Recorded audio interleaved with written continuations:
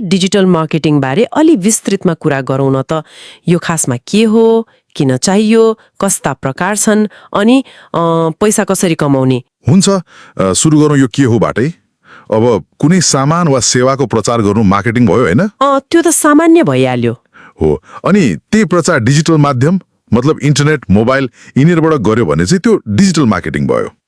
जस्तै हामी फेसबुकमा, गुगलमा देख्ने विज्ञापनहरू वा गेम खेल्न आउने एडहरू। हो, बिल्कुल त्यही हो। अनि यो किन महत्त्वपूर्ण छ भने किन होला त? कारण सिधा छ, ग्राहक जहाँ छन् त्यही पुग्नु पर्यो नि। आजकाल मान्छेहरू धेरै जसो समय कहाँ बिताउँछन् त? मोबाइलमै। त्यो त हो नि। त्यही भएर यदि तपाईँको व्यापार वा सेवा अनलाइन छैन भने खस्सामा ठूलो अवसर गुमाइरहनु भएको हुन सक्छ।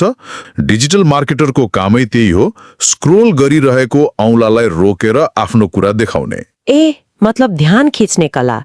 ठीक हो, अब ग्राहकसम्म पुग्ने डिजिटल तरिकाहरू के हुन् त? जस्तै सामाजिक सञ्जाल मार्केटिङ।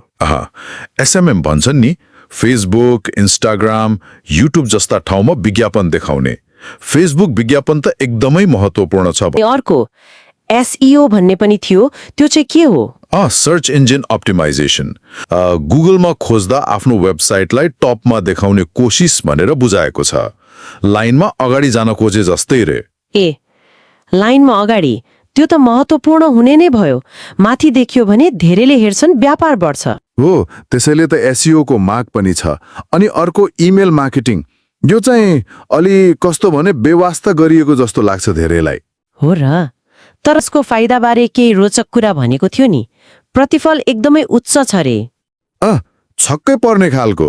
$1 लगानी गर्दा $30-40 कमाउन सकिन्छ भनेको छ। यो त गजबै आरओआई भयो नि। साँच्ची? $1 मा $40? यो त सोच्ने पर्ने कुरा रहेछ। अनि कन्टेन्ट मार्केटिङ नि, त्यो पनि महत्त्वपूर्ण छ। एकदमै। कन्टेन्ट मार्केटिङ भनेको चाहिँ मतलब भिडियो, लेख, फोटो जस्ता सामग्री बनाएर मान्छेहरूलाई आकर्षित गर्ने, उनीहरूको विश्वास जित्ने अनि त्यसपछि बल्ल आफ्नो सामान वा सेवा बेच्ने। यसले सित्तैमा ट्राफिक ल्याउने भयो हैन?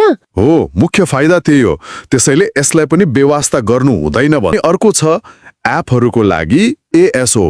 App store optimisation. सिद्धान्त उही हो, जो देखिन्छ त्यो बिक्छ। एप स्टोरमा खोज्दा माथि देखिने एपहरू नै त मान्छेले धेरै डाउनलोड गर्छन् नि, हैन? हो त नि, तलका त हेर्दैन। हो, यसले एप इन्स्टल र प्रयोगकर्ता बढाउन मद्दत गर्छ। यो पनि ठूलै उद्योग हो। अनि अर्को पीपीसी भन्ने पनि थियो, त्यो चाहिँ के फरक हो? पे पर क्लिक, जस्तै गुगल एड्स। यसको मोडल कस्तो छ भने विज्ञापनमा कसैले क्लिक गरेपछि मात्र पैसा तिर्ने।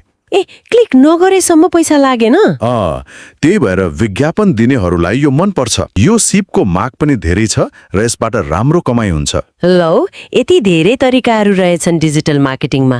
अब सबैभन्दा महत्त्वपूर्ण कुरा गरौँ, यी सिपहरू सिकेर पैसा चाहिँ कसरी कमाउने त? पहिलो त आफूले सिकेको सिप अरू व्यवसायहरूलाई बेच्ने, मतलब उनीहरूको लागि डिजिटल मार्केटिङ गरिदिने। सेवा बेच्ने।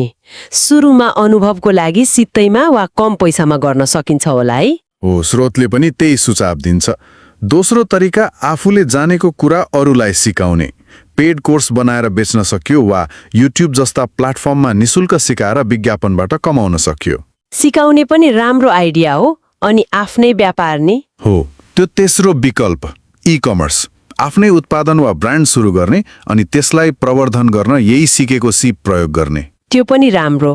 अनि एफिलिएट मार्केटिङ भन्ने पनि थियो। चौथो, यसमा चाहिँ अरू कम्पनीको सामान बेचिदिएर कमिसन खाने, आफ्नो सामान बनाउनु परेन, डेलिभरीको झन्झट भएन, ग्राहक सेवा पनि हेर्नु परेन। यो त सुरु गर्न सजिलो होला नि है? हो, यसलाई सुरु गर्नको लागि राम्रो विकल्प मानेको छ। अनि अन्तिममा के कुरा होला? कन्टेन्ट क्रिएसन, मतलब सामग्री सृजना गर्ने काम। पैसा कमाउनु छ भने कन्टेन्ट हेर्ने मात्र होइन, बनाउने मान्छे बन्नुपर्छ। कन्टेन्ट क्रिएटर बन्ने, तर त्यो त फलोवर बढाउन मात्रै होइन र? होइन, फलोवर बढाउन मात्र होइन। कन्टेन्ट बनाउँदा तपाईले एकैपटक धेरै कुरा सिक्नुहुन्छ। कसरी बोल्ने, क्यामेरा फेस गर्ने, भिडियो एडिट गर्ने, डिजाइन गर्ने, सोशल मिडिया चलाउने, यी सबै सिपहरू आफैमा बिक्ने खालका हुन्। हो त नि, यो त बहुआयामिक फाइदा रहेछ। ल, आज हामीले डिजिटल मार्केटिङ के हो, यसका मुख्य प्रकारहरू SMM, SEO, email, content, ASO, PPC र कमाउने तरिकाहरूबारे राम्रै छलफल गर्यो नि। गर्यौं।